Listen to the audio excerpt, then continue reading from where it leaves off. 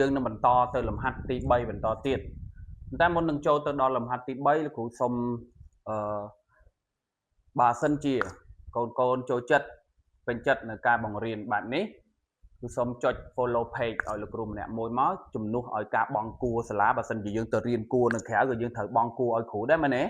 ញ្ចឹងយើងអត់រៀនយើងរៀនតាមអនឡាញអញ្ចឹងយើងមិនត្រូវការបង់គួរអីទេតែគ្រាន់តែចុច follow page ឲ្យលោកគ្រូម្នាក់មួយទៅហើយចុច like ចុច share ទៅឲ្យមិត្តភ័ក្តិយើងបានឃើញផងដើម្បីឲ្យគាត់បានរៀនជាមួយនឹងពួកយើងដែរបាទអរគុណចាឥឡូវយើងចូលទៅចំណុចលេខ3លំហាត់ទី3បាទអញ្ចឹងលំហាត់ទី3គឺយើងមានអីខ្លះអញ្ចឹងលំហាត់ទី3ចំពោះទន្សាយរោមសលុបលើទន្សាយរោមប្រផេះកូនទន្សាយដែលមានរោមសតែមេវាពណ៌ប្រផេះកូនទន្សាយរោមសនេះបានបង្កាត់ជាមួយទន្សាយញីពណ៌ប្រផេះបន្តទៀតតើកូនរបស់វាមានលទ្ធភាពមានរោមសប្រមាណភាគរយអញ្ចឹងសំណួររបស់យើងគឺរកភាគរយកូនទន្សាយសណាយើងរកភាគរយកូនទន្សាយសអូខេអញ្ចឹងបំរាប់របស់យើងគេប្រាប់ច្បាស់មកថាទន្សាយសហ្នឹងលុបលើទន្សាយប្រផេះបាទទន្សាយស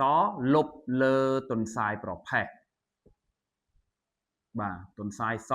លុបលើទន្សាយប្រផេះ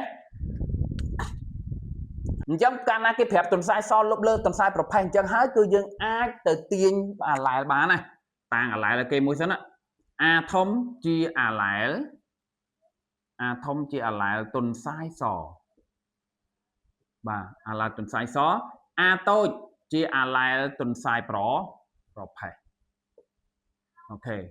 អាធំជាអាឡែលទន្សាយសអាតូចជាអាឡែលទន្សាយប្រផេះអញ្ចឹងដោយលោកគ្រូនិយាយអញ្ចឹងថាអាគូសនេះគឺខ្ញុំគូសដើម្បីឲ្យបានលឿនទេបើទៅពេលប្រឡងមែនតើយើងប្រឡងប្រចាំខែយើងអីយើងអត់អាចគូសចឹងឲ្យលោកគ្រូបានទេកាត់បន្ទុកអាហ្នឹងណាអូខេអញ្ចឹងយើងមើលទៀតបន្ទាប់មកទៀតយើងមើលបំរាប់គេថាម៉េចគេថាកូនទន្សាយសមួយមានមេជាទន្សាយប្រផេះអញ្ចឹងកូនទន្សាយសបាទកូនទន្សាយសមានមេជាទន្សាយប្រផេះអញ្ចឹងយើងដឹងហើយថាប្រផេះជាលក្ខណៈអន់នេះប្រផេះជាលក្ខណៈអន់អញ្ចឹងបើវាមានលក្ខណៈអន់អញ្ចឹងសេនាទីបរបស់វាគឺមានតែមួយបែបទេសេនាទីបអាតូចទាំងពីរតើណាអញ្ចឹងបើវាមានអាតូចអញ្ចឹងវាច្បាស់ជាបកគលអាតូចឲ្យអាទន្សាយសខាងលើនេះហើយពីព្រោះអន្តរទន្សាយសនេះវាជាកូនរបស់ទន្សាយប្រផេះហ្នឹងអញ្ចឹងវាត្រូវផ្ដល់អាតូចទៅឲ្យអាហ្នឹងហើយអញ្ចឹងដោយសារទន្សាយសវាមានអាធំជាលក្ខណៈពណ៌សរបស់វាហើយវាទទួលអាតូចមួយពីទន្សាយប្រផេះដែលជាម្ដាយវាហ្នឹងដូច្នេះសេនាទីបរបស់វាត្រូវមិនខ្មិចកូនបាទអញ្ចឹងសេនាទីបរបស់ទន្សាយសនេះគឺត្រូវចេញអីគេអាធំអាតូចហើយតោះណាបាទអញ្ចឹងយើងទៅសេមករៀនសេនាទីបអាតូចទាំងពីរដែលត្រូវផ្ដល់អាតូចមួយ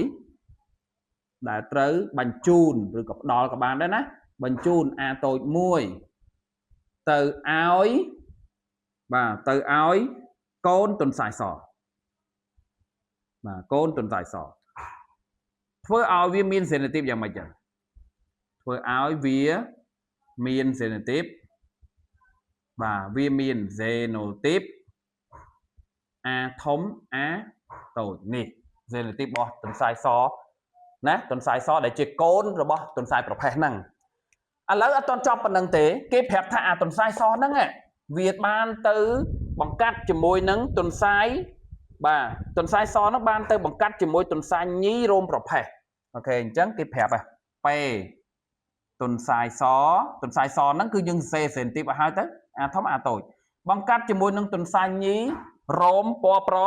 ប្រផេះអញ្ចឹងយើងដឹងប្រផេះគឺលក្ខណៈអន់យើងដាក់ចូលមកអាតូចទាំងពីរឃើញទេអញ្ចឹងកាម៉ែតវាចេញមកម៉េចចឹងអញ្ចឹងកាម៉ែតវាគឺចេញមកអានេះដោយសារវាមានលក្ខណៈជាពូជមិនសុទ្ធអាធំអាតូចអញ្ចឹងកាម៉ែតវាបានអាធំអាតូចខាងនេះជាពូជសុទ្ធអន់អាតូចមួយមកអញ្ចឹងកូនរបស់វាបាទកូនរបស់វាគឺដូចគ្នានឹងលំហាត់មុនអញ្ចឹងវារត់ទៅជួបគ្នាអញ្ចឹងណាបាទអញ្ចឹងកូនទី1គឺអាធំអាតូចបន្ទាប់មកកូនទី2គឺអាតូចបាទអាតូចអញ្ចឹងអាតូចអញ្ចឹងអាធំអាតូចនេះគឺជាទន្សាយសដែលមាន 50% ចំណែកនេះគឺជាទុនផ្សាយប្រផេះដែលមានប្រមាណដែរ 50% ដូចគ្នាអញ្ចឹងចម្លើយរបស់យើងគេសួររកអីនោះរកភាគរយកូនទុនផ្សាយសអញ្ចឹងដូចនេះឲ្យគេមកដូចនេះកូនទុនផ្សាយសបាទកូនទុនផ្សាយស